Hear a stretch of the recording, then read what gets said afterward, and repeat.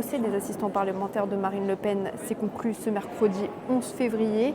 Pour cette dernière journée, les avocats de Marine Le Pen se sont exprimés afin de tenter de sauver son avenir politique. J'ai l'impression effectivement que la Cour, durant tout ce mois d'audience, a pris la mesure de la complexité du dossier, de la complexité des enjeux juridiques de ce dossier, et que donc il est légitime qu'il y ait un temps certain réservé pour y donner une réponse. La ligne de défense est restée la même, affirmer qu'il n'y avait pas eu l'intention de commettre une infraction.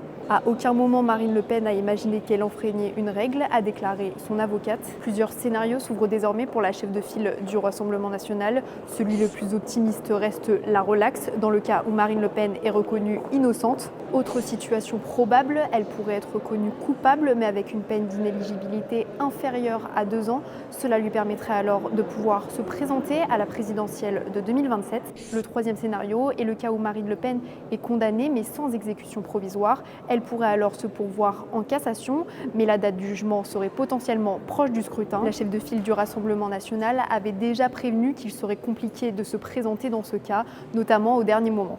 Ce que j'ai remarqué, c'est les derniers propos de mon confrère Bossu, à l'issue d'une très bonne plaidoirie. Il nous a dit que Marine Le Pen n'attendrait pas, si elle était confirmée dans sa condamnation, ou en tous les cas si son éligibilité ferme était maintenue, qu'elle n'attendrait pas un éventuel pourvoi en cassation.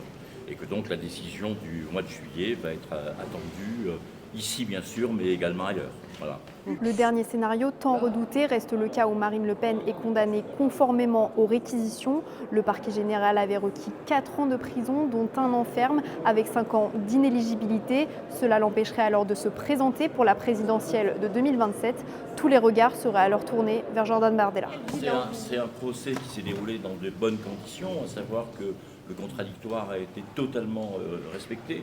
Chacun a pu s'expliquer complètement, pleinement. Chaque prévenu a été entendu très longuement par la présidente de la Cour d'appel, qui a pris soin d'aborder les choses de façon complète et de façon équilibrée. Si l'affaire n'est pas politique, les conséquences, elles le sont, a déclaré l'avocat de Marine Le Pen à la fin de sa plaidoirie, en référence à la prochaine élection présidentielle. La décision de la Cour d'appel sera rendue le 7 juillet.